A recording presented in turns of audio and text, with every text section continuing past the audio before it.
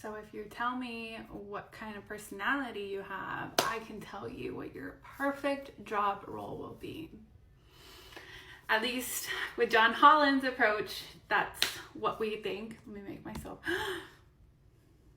I almost dropped my thing. So howdy, hi, hello. We are going to be learning about John Holland's theory of career. His is a personality, career, and vocational theory, as in your personality dictates what career field you would fit best in. So Holland believed that if there was congruence between your personality and the job that you chose, then you would be happier at your job. One of the methods that he used to figure out what you would fit into are these assessments that he came up with. One of them called the self-directed inventory, self-directed search, and the vocational preference inventory, as well as the strong interest inventory and the career assessment inventory. And all of these questions are designed to help you figure out where you fit in and where you fit in the best. And then he would put these into little codes, and the codes, let me put it up there. The codes would look something like this. You are this much of the realistic, artistic, investigative, yada, yada, yada, right? Let's go over the 6 types, also known as RIASEC. Yeah, I need to say it multiple times. So let's start off with our R for realistic. So realistic people, the ones that fall into this category, and you're gonna get a combination of them. So it doesn't mean that if your results say like SIR, that you only can be in the realistic category. Ideally, in a perfect world, you would have a job where you can use all 3 of your skills, and they do go in order. So if you get like the R, primarily that means you prefer this over the other 2. So starting with our realistic again, these are mechanics, these are engineers, these are concrete thinkers, these are practical, hands-on food service workers, people who just enjoy manipulating things with their hands and not really having to think abstractly. Following that up with investigative. So investigative people like to investigate. You can also think investigative, intelligent, like they really like to use their brain.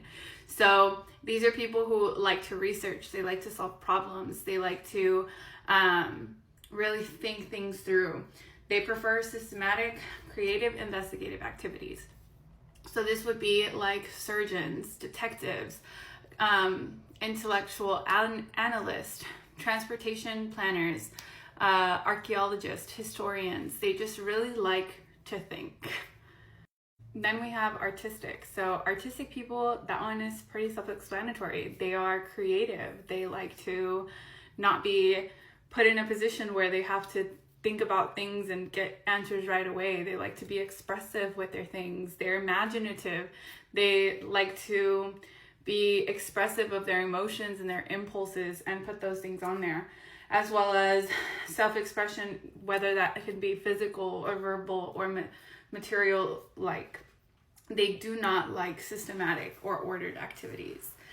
And the people you will see here, besides artistes, are architects, actors, singers, fashion designers, editors. They're just really creative people. So then we have me, the social. So social people like to be helpers. They like to be with other people. They're very friendly. They like to be responsible for things. They like to be caring and generous and cooperative. And some sample careers are your nurses, your teachers, your counselors, your midwives, athletic trainers, substance abuse counselors, and much more. And like I said, just because you have one of the other doesn't mean you can't still be social. Then we have enterprisers or persuaders, or I like to also call them entrepreneurs because that's what helps me remember them.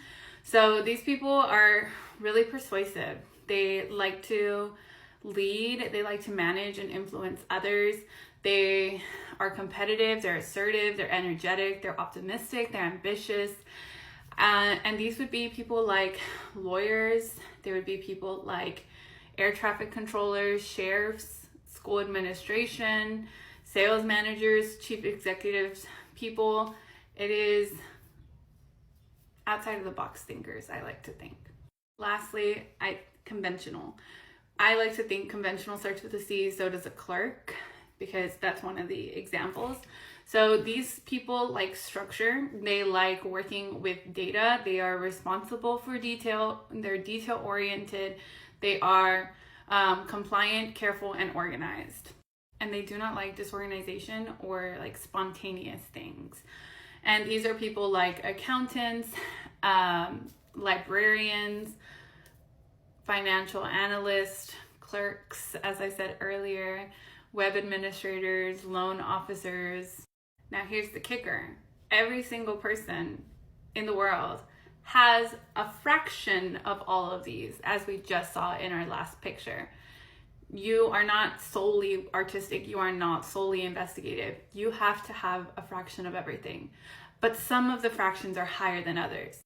So for example, this person is very social and they're very artistic and they are very enterprising as well.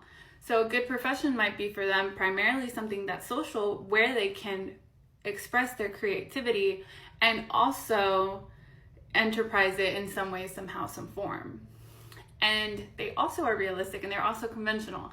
So just because you identify yourself with one more doesn't mean that that's the only thing that you have. We are all filled with all kinds of talents. It's just on which one's the most that Holland says that if you identify with that one the most, your job should also identify with that the most. And this is one of the most popular theories as well. So that's John Holland's theory. And next we will do God person, Linda.